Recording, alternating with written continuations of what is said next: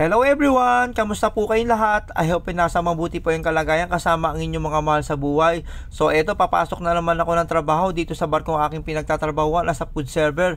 Pero bago ako pumasok ng duty, eto lumabas muna ako ng open deck para makasimoy na sariwang hangin at makita ang ganda ng Isab Jordur. So kitang kita nyo naman kung gaano kaganda ang bundok, tapos napapalibutan pa siya ng mga ulap, tapos makakita ka pa na ibon na malayan nakakalipad. Talagang nakakawala ng stress pag nakakita ka ng mga ganitong view. Tapos doon sa dulo, ayan, meron pa mga bundok na may mga yelo.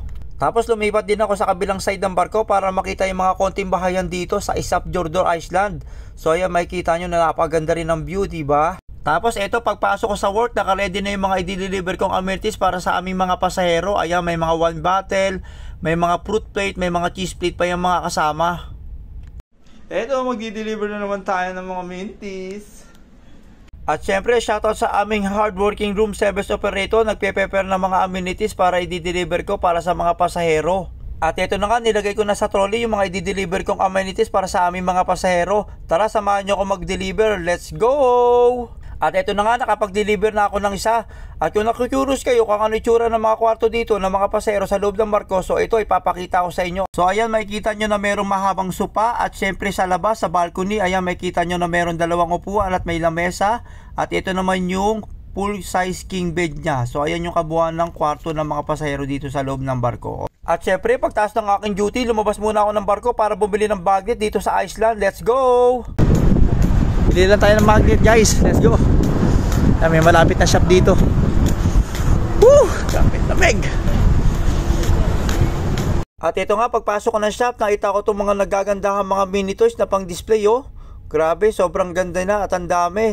At dahil nga paborito ko ang chocolate, kaya ayan, lumapit ako dito sa chocolate station. So ito pala yung traditional Icelandic chocolate nila na since 1933 pa. Grabe, ang daming variety. Sigurado ako na napakasarap niyan. At dahil nga magnet ang bibilin ko, kaya pumunta na ako dito sa magnet station. Grabe, ang daming pagpipilian. Mamimili ka na talaga kung anong gusto mo.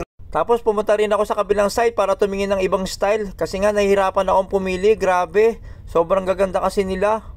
Hanggat nakakita ko ng isang maganda na gusto kong kunin, ito na nga yun.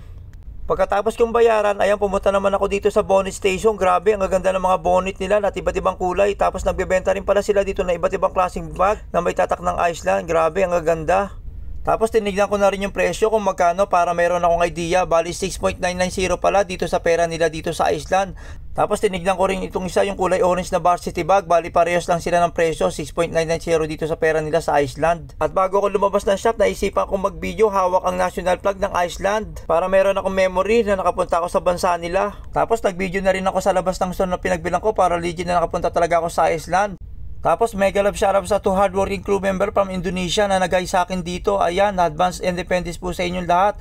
Mega love shoutout sa Indonesia.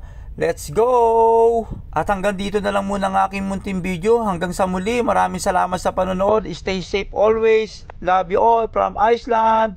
Babush!